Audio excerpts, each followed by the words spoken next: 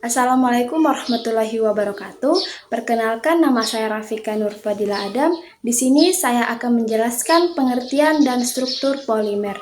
Nah, polimer berasal dari kata poli yang artinya banyak dan mer artinya monomer, yaitu satu unit pembentuk.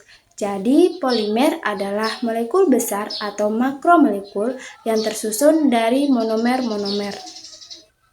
Nah, struktur di atas adalah contoh reaksi pembentukan polivinyl klorida. Struktur ini menunjukkan bahwa jika molekul-molekul vinyl klorida yang sangat banyak saling berikatan, maka akan terbentuk senyawa polimer, yaitu polivinyl klorida. Vinyl klorida atau kloroetana dengan rumus CH2CH3Cl disebut sebagai monomer, sedangkan polivinyl klorida disebut sebagai polimer. Satu molekul polimer dapat tersusun atas ribuan monomer. Nah, perhatikan kembali struktur polivinyl klorida pada reaksi di atas. Struktur unit ulang monomer ditulis dalam tanda kurung dan huruf N menunjukkan banyaknya jumlah monomer yang membentuk polimer.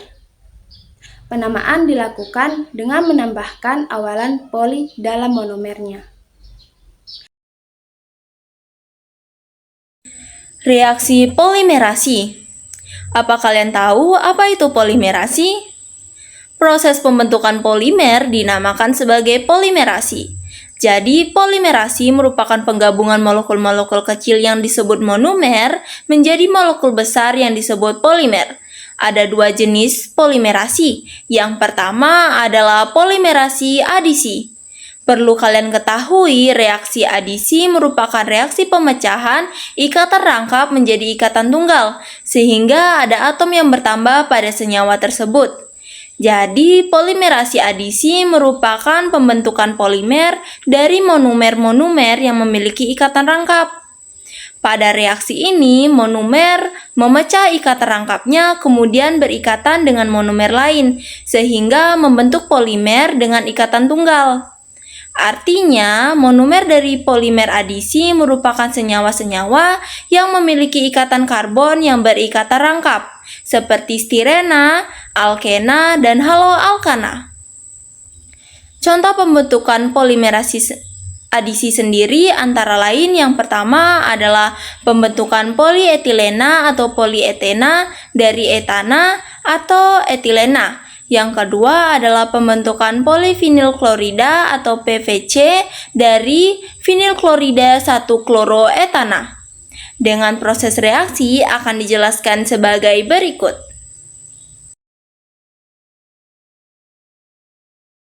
Gambar yang kita lihat di layar adalah contoh dari proses polimerisasi adisi, yaitu proses pembentukan molekul besar yang disebut polimer dari molekul-molekul kecil yang disebut monomer.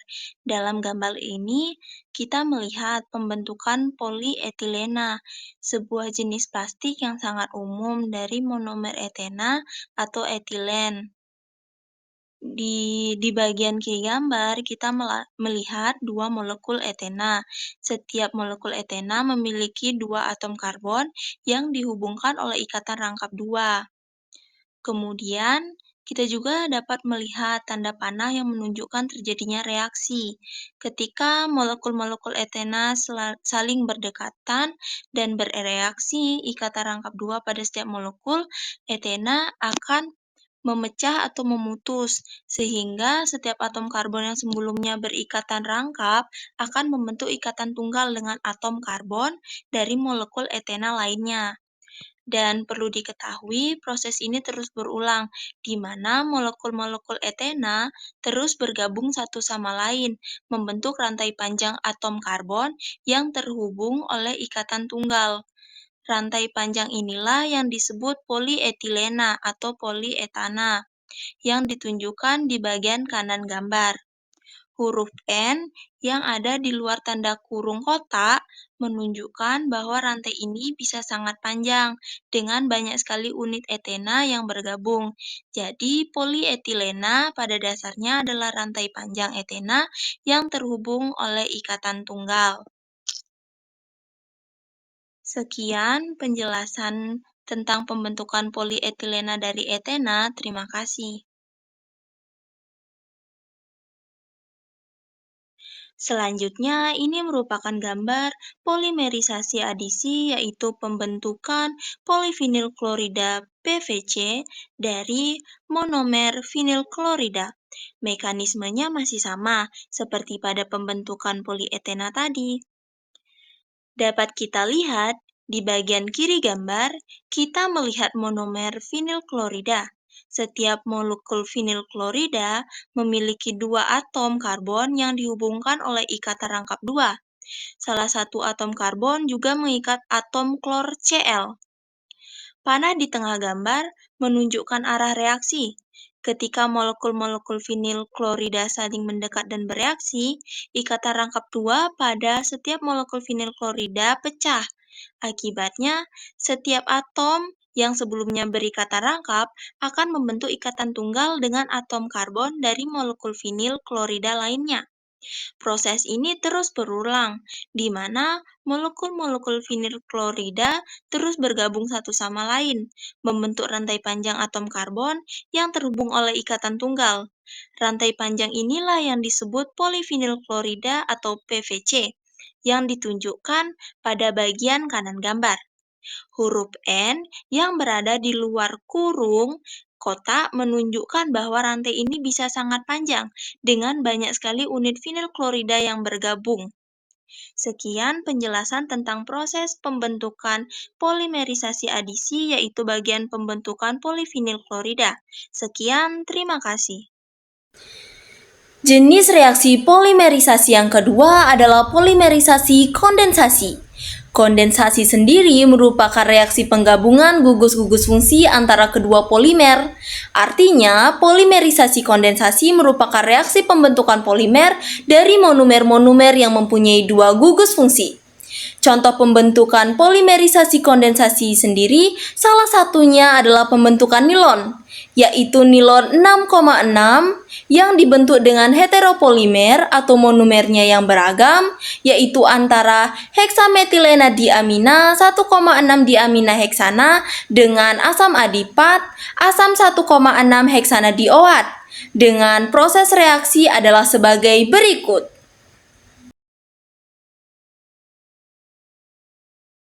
Di layar merupakan gambar proses pembentukan polimerisasi kondensasi pada pembentukan nilon 6,6 dari monomer heksana metilena diamina dan asam adipat. Di bagian atas gambar, kita dapat melihat dua monomer yang saling bereaksi. Di sebelah kiri, terdapat heksametilena diamina yang memiliki gugus amina NH2 di kedua ujungnya. Dan di sebelah kanan, ada asam adipat yang memiliki gugus karboksil COOH di kedua ujungnya. Ketika monomer-monomer ini bereaksi, gugus amina dari heksametilena diamina bereaksi dengan gugus karboksil dari asam adipat. Reaksi ini menghasilkan pembentukan ikatan amida, CONH, dan pelepasan molekul air H2O sebagai produk sampingan. Dan bagian bawah gambar itu merupakan reaksi atau hasil dari reaksi di atas. Kita dapat melihat struktur polimer nilon 6,6 yang terbentuk. Struktur ini menunjukkan rantai panjang yang terdiri dari unit-unit heksametilena diamina dan asam adipat yang terhubung oleh ikatan amida. Huruf N di luar tanda kurung kotak menunjukkan bahwa rantai ini bisa sangat panjang dengan banyak sekali unit monomer yang bergabung. Di ujung kurung kotak pula terdapat plus 2NH2O. Mengapa terdapat plus 2NH2O? Hal ini karena keberadaan plus 2NH2O dalam reaksi pembentukan nilon menandakan bahwa reaksi ini adalah polimerisasi kondensasi, di mana pada penggabungan monomer disertai pelepasan molekul air yaitu H2O. Setiap kali ikatan amida, CONH, terbentuk antara gugus amina dari heksametilena diamina dan gugus karboksil dari asam adipat, satu molekul H2O dilepaskan karena setiap monomer memiliki dua gugus reaktif dan reaksi ini berulang sebanyak N kali. Maka total molekul air yang dilepaskan adalah 2N, sehingga ditulislah plus 2N H2O. Sekian penjelasan tentang contoh pembentukan polimerisasi kondensasi pada pembentukan nilon. Sekian, terima kasih. Jenis-jenis polimer. Nah, polimer terbagi menjadi dua jenis, yaitu polimer berdasarkan asalnya dan polimer berdasarkan jenis monomernya. Yang pertama yaitu polimer berdasarkan asalnya. Polimer berdasarkan asalnya terbagi lagi menjadi dua, yaitu polimer alami dan polimer buatan. Polimer alami adalah polimer yang terdapat di alam dan berasal dari makhluk hidup. Sedangkan polimer buatan adalah polimer yang tidak terdapat di alam dan harus dibuat dengan campur tangan manusia. Nah, yang kedua yaitu polimer berdasarkan jenis nomomernya. Jenis ini terbagi lagi menjadi dua, yaitu homopolimer dan copolimer. Homopolimer adalah polimer yang monomernya sejenis, contohnya selulosa dan protein. Sedangkan copolimer atau heteropolimer adalah polimer yang monomernya tidak sejenis, contohnya yaitu dakron dan melamin. Hubungan struktur dan sifat polimer. Berdasarkan sifatnya terhadap panas, polimer dapat dibedakan menjadi dua, yaitu yang pertama, polimer termoplas yang tidak tahan panas, dapat meleleh saat dipanaskan, namun bisa didaur ulang. Contoh, polietilena, polipropilena, PVC. 2. Polimer termosetting, tahan panas, sulit meleleh dan sulit untuk didaur ulang. Contoh, melamin bakelit. Perbedaan struktur dan sifat. Polimer termosetting lebih kaku karena ikatan konvalen yang kuat membentuk struktur 3 dimensi. Polimer termoplas lebih fleksibel karena memiliki ikatan yang lebih lemah berbandingan sifat berbagai struktur polimer. Yang pertama, jenis linear, sifatnya yaitu fleksibel, kekuatan dan titik leleh rendah. Jenis yang kedua yaitu bercabang, sifatnya yaitu kurang padat dan kristalin, titik leleh lebih rendah dibandingkan dengan polimer linear, yaitu dengan monomer setara. Jenis yang ketiga yaitu ikatan silang, sifatnya yaitu keras, baku, tahan terhadap larut, titik leleh tinggi akibat ikatan konvalen. Jenis yang keempat yaitu bintang, sifatnya yaitu bergantung pada panjang dan jumlahnya, biasanya mengurangi vikositas dan meningkatkan laju difusi. Dan jenis yang kelima yaitu dendrimer, sifat yaitu simetris, tinggi, ukuran dan bentuk terkontrol. Kelarutan bersifat unik, berkemampuan untuk enkapsulasi.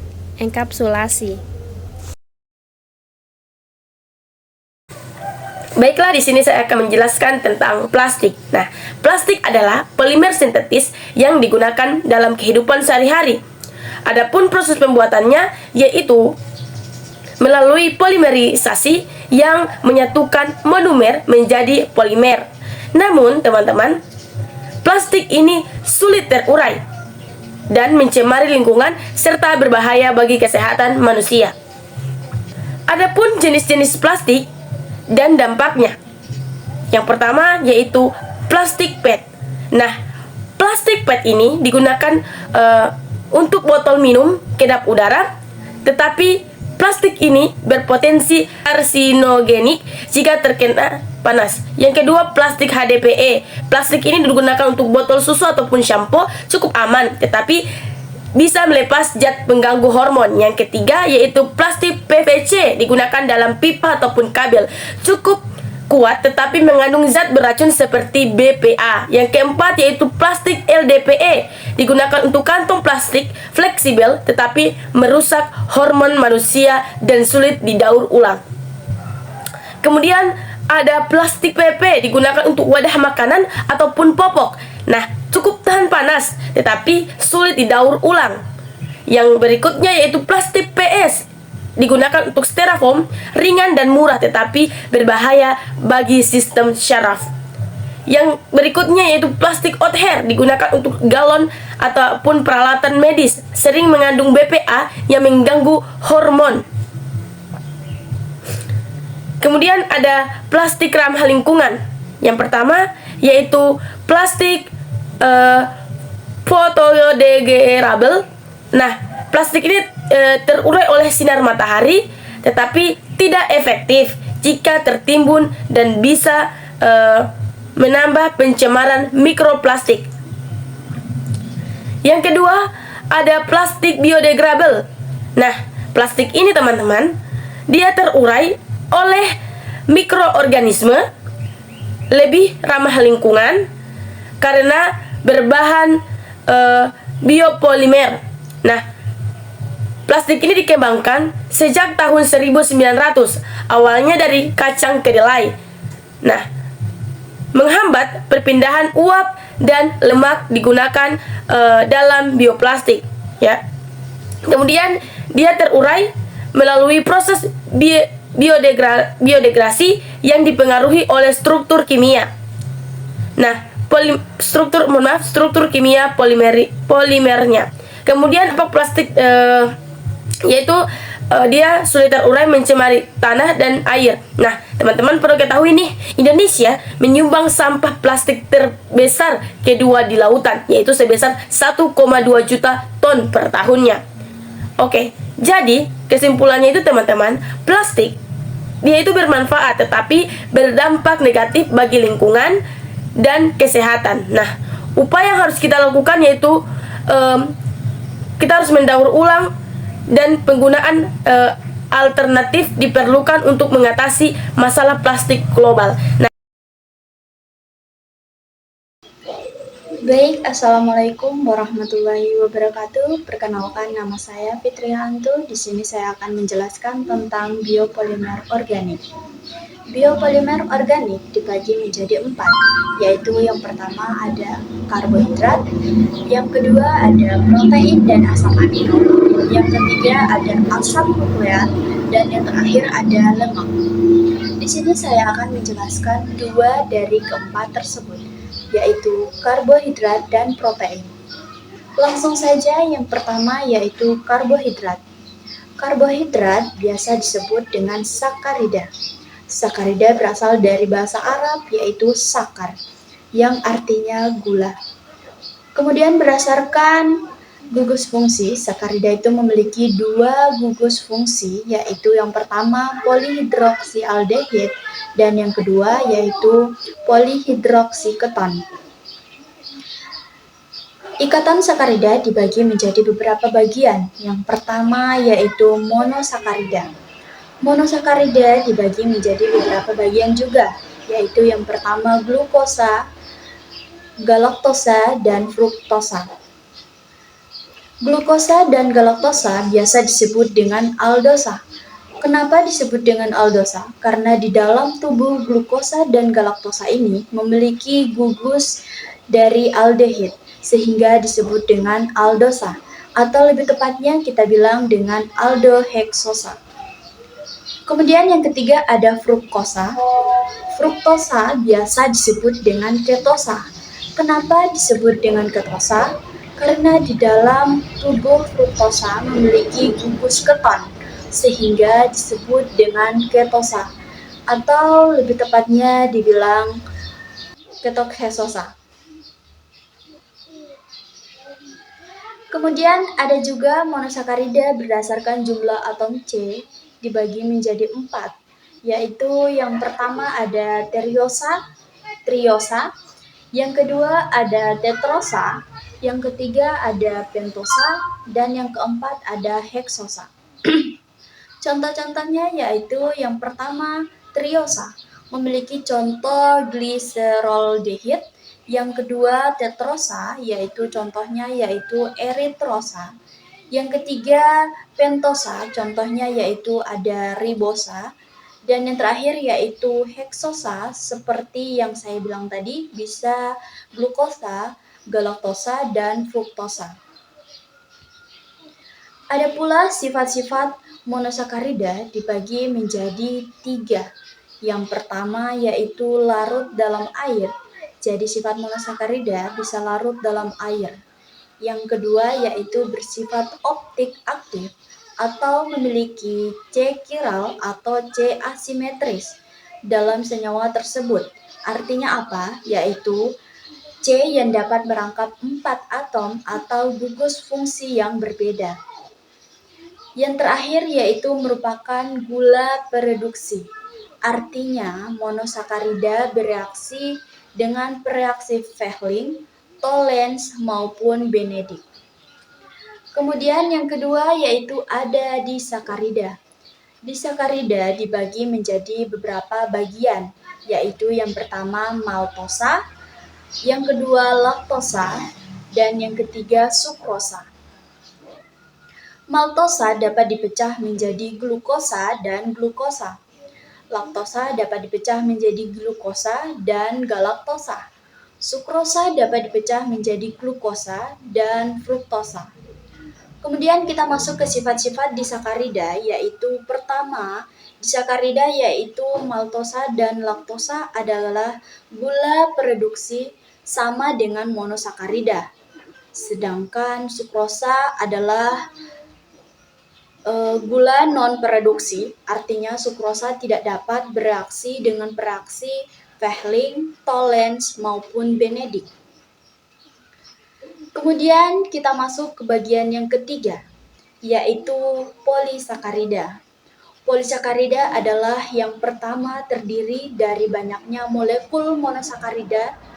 Yang kedua yaitu semua polisakarida sukar larut dalam air dan tidak mereduksi bereaksi Fehling, Tollens, maupun Benedict. Yang ketiga yaitu polisakarida yang terpenting dibagi menjadi 3, yaitu amilum, glikogen, dan selulosa. Maksud saja yang pertama yaitu amilum. Amilum yaitu terdapat dalam tumbuhan dan disimpan dalam akar, batang, biji, dan daun. Yang kedua yaitu ada glikogen. Glikogen adalah glukosa yang tidak segera digunakan, diubah menjadi glikogen dan disimpan di hati atau jaringan otot, sehingganya biasa disebut dengan glutot atau gula otot. Yang ketiga ada selulosa. Selulosa tidak dapat dihidrolisis oleh sistem pencernaan manusia, sehingga tidak dapat digunakan sebagai bahan makanan, tapi digunakan sebagai pembuatan kertas atau serat sintesis. Kemudian kita masuk ke bagian yang kedua, yaitu protein dan asam amino. Yang pertama saya akan menjelaskan apa itu protein. Protein adalah senyawa penting, penyusun sel hidup yang terbuat dari gabungan asam-asam amino melalui reaksi polimerisasi kondensasi. Unsur utama penyusun protein yaitu C, H, O, dan N. Tetapi ada juga asam amino yang mengandung belerang atau disimbolkan dengan S. Selanjutnya yaitu fungsi protein, yaitu sebagai pembangun, pengatur, pertahanan, dan sebagai sumber energi. Adapun sifat-sifat protein yaitu ada beberapa. Yang pertama yaitu umumnya sukar larut dalam segala macam pelarut. Yang kedua yaitu tidak tahan terhadap suhu tinggi. Dan yang ketiga yaitu pada hidrolisis enzim terurai berangsur-angsur dari pepton nanti akan menjadi polipeptida, kemudian akan menjadi dipeptida, kemudian akan menjadi asam amino. Yang keempat yaitu memiliki MR atau massa molekul relatif yang sangat besar. Kemudian kita masuk ke penggolongan protein. Yang pertama ada enzim. Enzim sebagai katalisator berbagai reaksi kimia yang terjadi pada tubuh. Contohnya, enzim maltase berperan mengubah maltosa menjadi glukosa. Yang kedua ada protein transport. Protein transport yaitu protein yang mengikat dan memindahkan molekul atau ion spesifik. Contohnya, hemoglobin dalam sel darah merah yang berfungsi sebagai alat pengangkut O2 dalam darah. Yang ketiga yaitu ada protein kontraktil, yaitu berperan dalam proses gerak karena memberi kemampuan pada sel untuk berkontraksi. Contohnya yaitu aktin dan miosin dalam sistem. Kontraksi otot rangka. Yang keempat, ada protein pertahanan atau antibodi berfungsi melindungi organisme dari serangan penyakit. Contohnya, imunoglobin dapat menetralkan bakteri. Kemudian yang kelima, ada protein pengatur, yaitu sebagai pengatur aktivitas seluler dan fisiologi. Contohnya yaitu hormon insulin yang mengatur metabolisme gula dalam darah. Yang keenam yaitu ada protein struktur, yaitu sebagai penyangga memberikan kekuatan atau struktur biologi. Contohnya yaitu kolagen pada rambut, kuku, dan bulu. Assalamualaikum warahmatullahi wabarakatuh. Perkenalkan, nama saya Vika Usman. Saya di sini akan menjelaskan biopolimer organik. Biopolimer organik itu apa sih? Biopolimer organik adalah biopolimer alami yang terbagi menjadi 4, yaitu karbohidrat, asam amino dan protein, asam nukleat, dan lipid atau lemak. Saya akan menjelaskan 2 dari keempat tersebut, yaitu asam nukleat dan lemak. Simak video selanjutnya ya. DNA versus RNA. Kalian udah sering dengar kan tentang DNA dan RNA ini? Nah teman-teman, ternyata DNA dan RNA ini adalah sama-sama asam nukleat. Asam nukleat merupakan senyawa kimia alami yang mampu diuraikan menghasilkan asam fosfat, gula, dan campuran organik purin dan pirimidin. Untuk lebih jelasnya, saksikan video selanjutnya ya. Seperti yang saya bilang tadi, bahwa asam nukleat dibagi menjadi 2, yaitu deoksiribonukleik asid atau DNA dan ribonukleik asid atau RNA. Molekul DNA dan RNA ini merupakan molekul besar yang terdiri dari 3 komponen utama. Yang pertama adalah gula pentosa, yaitu monosakarida yang memiliki 5 buah atom karbon. Ada 2 jenis gula ini, yaitu ribosa dan deoksiribosa. Komponen kedua adalah gugus fosfat yang berupa atom fosfor yang dikelilingi oleh 4 atom oksigen. Komponen terakhir adalah basa nitrogen, suatu molekul kecil yang berbentuk cincin atau nitrogen. Ada 2 kelompok basa nitrogen, yaitu kelompok purin dan pirimidin. Kelompok purin yang memiliki 2 cincin dan kelompok pirimidin yang memiliki 1 cincin. Kelompok purin terdiri dari adenin dan guanin, sedangkan kelompok pirimidin terdiri dari sitosin, timin, dan urosil. Kelima jenis basa nitrogen ini masing-masing disimbolkan dengan huruf A, G, C, T, dan U. Kita mengambil masing-masing 1 molekul dari ketiga komponen ini dan menggabungkannya, maka terbentuklah suatu molekul yang besar disebut nukleotida. Nah itu dia teman-teman penjelasan mengenai asam nukleat. Nah sekarang kita beralih ke lipid atau lemak. Lipid adalah biomolekul yang tidak larut dalam air, tapi larut dalam pelarut organik nonpolar. Lipid dengan makna fisiologis adalah asam lemak dengan senyawa esternya bersama kolesterol serta senyawa steroid lainnya. Berdasarkan struktur trigliserida, lipid dibagi menjadi 2 jenis, yaitu lemak dan minyak. Lemak dan minyak tergolong senyawa trigliserida atau triacylglycerol yang berarti senyawa yang memiliki 3 gliserol. Nah, udah paham sampai sini? Mungkin sekian, terima kasih. See you again.